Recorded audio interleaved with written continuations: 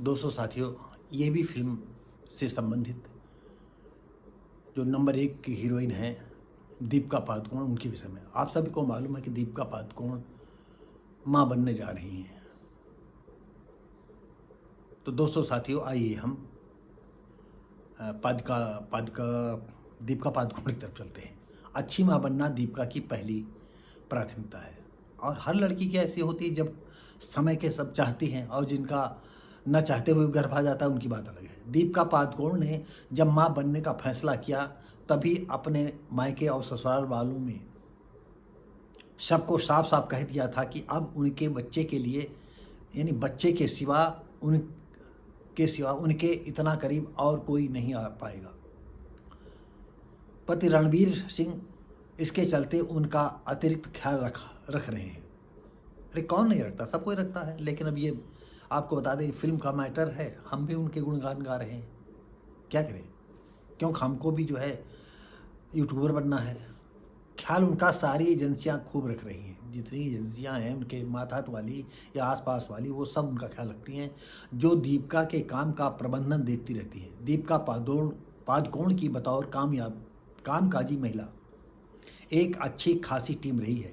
इस टीम के दो हिस्से हैं, एक टीम उनका मौजूदा काम संभालती है और दूसरी टीम उनके भविष्य की योजनाओं के बारे में संबंधित लोगों से बात करती है। यह दूसरी टीम हाल ही में एक अंतर्राष्ट्रीय सीरीज व्हाइट लोटस के तीसरे सीजन में काम करने का प्रस्ताव लेकर दीपिका के पास पहुंची थी। बताते हैं कि दीपिका ने इसे साफ मना कर दिया।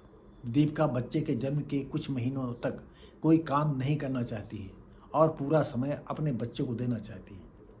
दोस्तों साथियों, आज उनके पास पैसा है, रुतबा है, बुलंदी पर हैं। पति रणवीर सिंह हैं तो करोड़ों में खेलते हैं, तो वो चाहे खुद भी देखभाल करें, चाहे 100 नौकरानी बना के रख लें। दुनिया में पैसे का महत्व तो आप जानते हो। और जो गरीब, जब सबसे ज़्यादा जो गरीब आदमी होता है वो पैसे का महत्व नहीं समझता है। और गरीब आदमी में या छोटे स्तर के लोगों में अगर कोई थोड़ा बहुत नौकरी लग जाती है या पैसा इकट्ठा कर लेता है तो उसे तमीज़ नहीं होता, फिर वो पैसे का कैसे मिसयूज़ करता रहता है। और सामने वाले को देखा करते हैं, अरे भैया एक इनका तो 4 मंजिल का मकान बन गया, इनका 5 मंजिल बन गया, अरे ये तो बड़ी बड़ी गाड़ी ले आए हैं, और वो वही नट बढ़िया की तरह बने रहते हैं।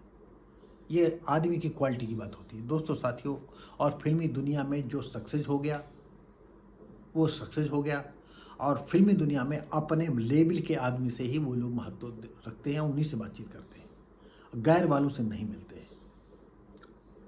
क्योंकि जो नया जाता है तो वो स्वाभाविक तौर पर अपने को बहुत छोटा महसूस करता है, एक इकाई तौर पर महसूस करता है।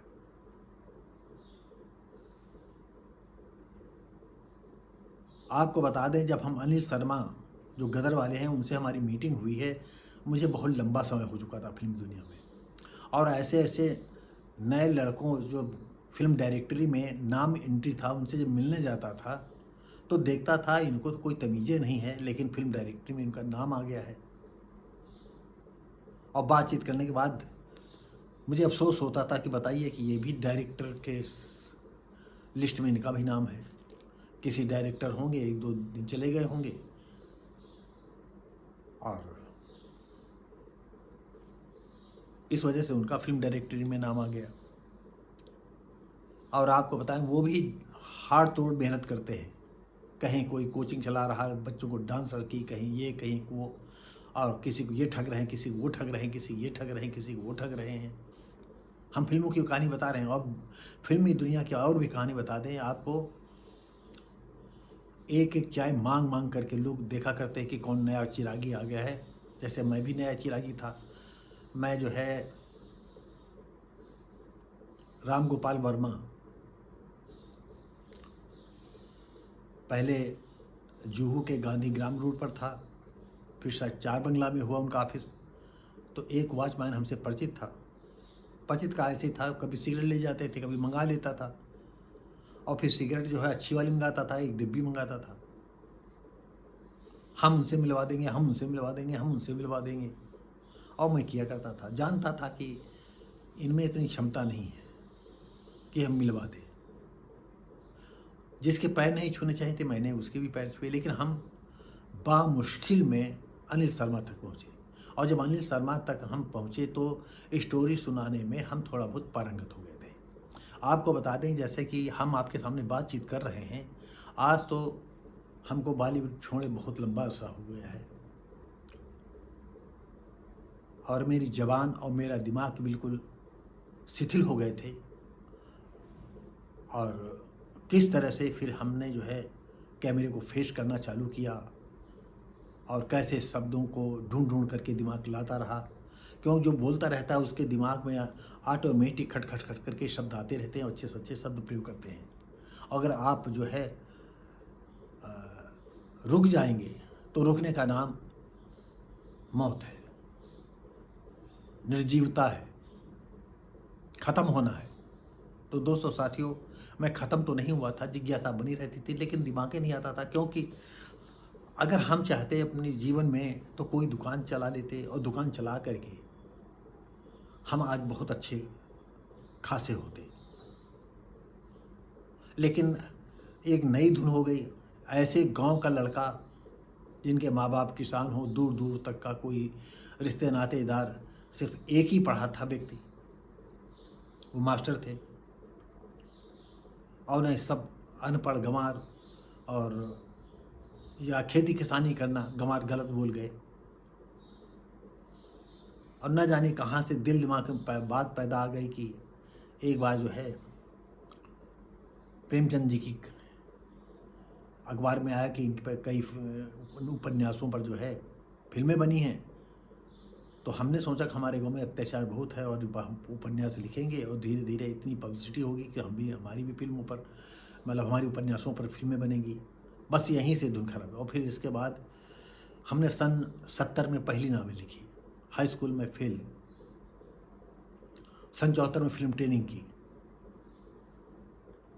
और फिल्मी दुनिया में जाने में इतना विलम्ब लग गया कि मुझे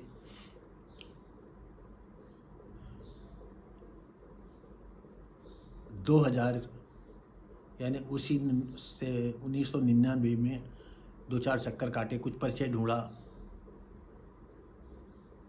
और छोटापन मेरे साथ बना रहा हर वक्त।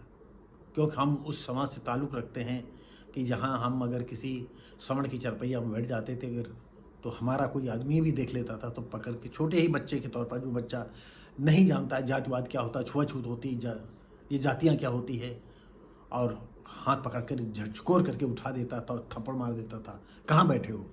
ये मेरे साथ गुजरा है। दरवाजे पर बैठे हैं और गांव का कोई आ रहा हरामी आदमी, तो हमारे माँ बाप भाई और कोई है, हाथ पकड़ उठा देते थे। तो जब मैं फिर बैठ जाता था तो फिर उतार देते थे। और ऐसे जब बार बार करता रहता था तो धीरे कान ऐंठ देते थे, जोर से ऐंठ देते थे। अब आप समझ लीजिएगा कि ऐसे परिवार से मैं पला बढ़ा और किस तरह से नावल लिखी, कामा फुल स्टॉप का अनुभव नहीं था। उस पीरियड में मैं कोई धंधा पानी कर लेता तो आज लाख रुपए पैदा कर रहा होता। लेकिन बताते हैं कि सबका धुन, सबकी लगन, सबका नशा अलग अलग होता है और हमारा नशा चला गया फिल्मी दुनिया तक।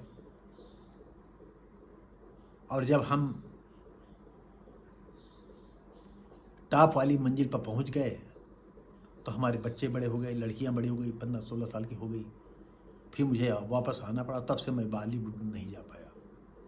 क्या करूं क्या करूं, कोई फिल्म, एक दो सब्जेक्ट बिके, उन पर फिल्म पर नहीं जा पाए। तो दोस्तों साथियों, अब आपको हम क्या बताएं, आप लोगों का सहारा कि हम बहुत जल्दी ही जो है आपको एक गोबरेला नावल का समरी सुनाएंगे, उस विस्तृत भी सुनाएंगे। अनिल शर्मा ने रिजेक्ट नहीं किया था, लेकिन उन्होंने कहा था कि इंडिया और पाकिस्तान से पीस चल रहा है। जब चले तो मैंने कहा कि जब तक हिंदू और मुसलमान हैं, जब तक पाकिस्तान और इंडिया है। ये बात आप लोगों से कह रहे हैं, आप समझिएगा इस बात को। और आप भी हमें इस बात को अगर हो सके तो कमेंट करके बताइएगा। जब तक हिंदू और मुसलमान हैं, जब तक पाकिस्तान और इंडिया है यानी हिंदुस्तान है, तब तक पीस नहीं चल सकता। मैंने यही उस अनिल शर्मा से कहा था जो गदर वाले हैं, और फिर चला आया था। उसके बाद फिर धीरे से चला आया मैं। तो दोस्तों साथियों, ये वीडियो थोड़ी लंबी हो गई, क्षमा चाहेंगे कि कुछ अपनी भी बातें कहना चालू कर दी। तो लाइक शेयर कमेंट करें, सब्सक्राइब करें, बेल आइकन जरूर दबाएं। हम मिलेंगे आपको अगली वीडियो में, तब तक के लिए नमस्कार, जय हिंद।